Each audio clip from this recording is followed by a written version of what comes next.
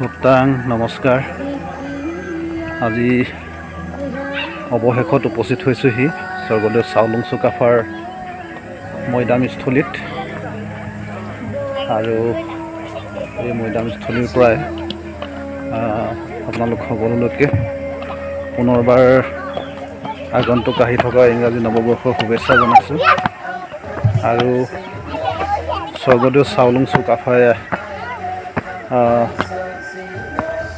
সুদূৰ মংমাওৰ পৰা আহি এই অসমত তেতিয়া হোমাৰপীঠ আছিলে, এই হোমাৰপীঠত আহি হাতৰাজ এক কৰি বৰ অসম প্ৰতিষ্ঠা কৰিছিলে। আৰু এই বিষয়ে আপোনালোক সকলোৱে জানে, কিন্তু মই এটা বিষয় মোৰ এই ভিডিঅ'টোত ক'ব বিচাৰোঁ যে স্বৰ্গদেউ চাওলুং চুকাফা তেখেতে পশ্চিমলৈ মানে অসমলৈ ৰাজ্য বিস্তাৰ কৰিবলৈ কিয় আহিবলগীয়া হ'ল, কিয় আহিছিল? এই প্ৰশ্নটোৰ উত্তৰত আমি ক'ব পাৰোঁ যে স্বৰ্গদেউ চাওলুং চুকাফা য'ৰ পৰা আহিছিল, মংমাও বা মংৰি মংৰাম বুলি যি বৰ্তমান চীন দেশ আৰু ম্যানমাৰৰ সীমান্তত অৱস্থিত পূৰ্বৰ সেই ৰাজ্যখনৰ পৰা টাই ৰাজ্যখনৰ পৰা তাৰ পৰা আহিছিলে, যিহেতু তেখেত ৰাজকোঁৱৰ আছিল। আৰু সকলো ৰাজকোঁৱৰে ৰজা হ'ব নোৱাৰে, আপোনালোকে সকলোৱে জানে। আৰু স্বৰ্গদেউ চাওলুং চুকাফাৰ নিচায়েক মাকৰ ককায়েক ৰজা আছিল সেই মংমাওৰ। আৰু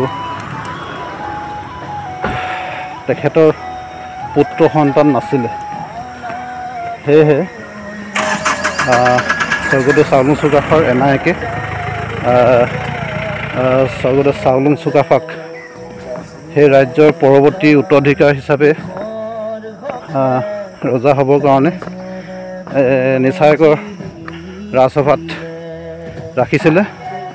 আৰু শেষত নিচাদেৱকৰ এক পুত্ৰ সন্তান জন্ম হয়। আৰু সেই পুত্ৰ সন্তান জন্ম হোৱাৰ পাছত স্বৰ্গদেউ চাওলুং চুকাফাই সিদ্ধান্ত ল'লে যে যিহেতু ইতিমধ্যে ভাতৃৰ জন্ম হৈছে, সেয়েহে যি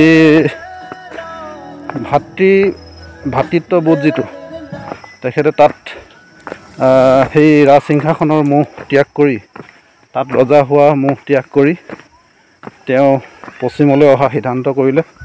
আৰু সেই গোটেই অভিযানত তেখেতৰ নিচায়েক তথা তাৰ মংমাওৰ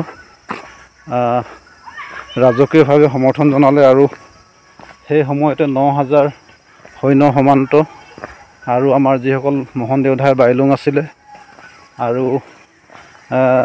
কিমান 900টাতো এনে কৰি আমাৰ বুৰঞ্জীত ইতিহাসত ডিটেইলছ আছে, মই কিছু পাহৰি গৈছোঁ। এনেকৈ তাৰমানে তেখেতে পশ্চিমলৈ হোমাৰপীঠলৈ আহিছিলে। আৰু 1228 খ্ৰীষ্টাব্দত তেখেতে এই চৰাইদেউত আহি পেলাইনি ৰাজধানী প্ৰতিষ্ঠা কৰিছিলে। আৰু তেখেতৰ এই যিটো জাৰ্ণি, বিশ্ব ইতিহাসৰ যি সোণালী আখৰে লিখা থাকিব এই ঘটনাটো, তেখেতৰ এই বিৰল ঐতিহাসিক ঘটনাটোৰ পৰা আমি এটা দিশ, এটা সূত্ৰ আমি আৱিষ্কাৰ কৰিব পাৰোঁ যে ইজনে সিজনে আমাৰ যিটো নিজৰ মাজতে যি আমাৰ খামখেয়ালি, ক্ষমতাৰ কাৰণে ক্ষমতাৰ অৰি যিটো, সেইটো আমাৰ টাই আহোম পৰম্পৰাত ক্ষতিকাৰক। ভাতৃত্ববোধটো অতি জৰুৰী। আৰু যধে মধে অন্যায়ভাৱে যি যুদ্ধ বিগ্ৰহ বা যিকোনো ষড়যন্ত্ৰ লিপ্ত থকা, নিজৰ ভাই ককাইৰ মাজত হিংসা ষড়যন্ত্ৰ, এই যিবিলাক কৰ্ম, এইবিলাকৰ পৰা স্বৰ্গদেউ চাওলুং চুকাফাই আঁতৰি আহিছিল। বা সেইকাৰণেই এই মংমাওৰ পৰা আহি পেলাইনি এই হোমাৰপীঠত অসমত হাতৰাজ মাৰি একৰাজ কৰি এই বৰ অসমৰ ভেটি গঢ়িছিল। আৰু আমি বুৰঞ্জী অধ্যয়ন কৰি এই কথাখিনি আমি এই যিখিনি আমাৰ সূত্ৰ, যিখিনি আদৰ্শ, এইখিনি লোৱা প্ৰয়োজন বুলি মই ভাবোঁ। তাকে ভিডিঅ'টোত ক'বলৈ চেষ্টা কৰিলোঁ দুই এষাৰ। আৰু মৈদামস্থলীত আমাৰ বিভিন্নজন স্বৰ্গদেউৰ মৈদামস্থল আছে। পৰ্বত বগোৱাৰ দৰে লাগিছে, ভাগৰ লাগি গৈছে। এই ভিডিঅ'টোৰ মাধ্যমেদি আৰু সেই আমাৰ শিৱসাগৰ যি যাত্ৰা আজি জনাইৰ পৰা সপৰিয়ালে আহিলোঁ। যিহেতু 1228 খ্ৰীষ্টাব্দত স্বৰ্গদেউ চাওলুং চুকাফাই এই চৰাইদেউত ৰাজধানী স্থাপন কৰিছিলে। আজি 800 বছৰ পূৰ্ণ হ'বলৈ গৈ আছে।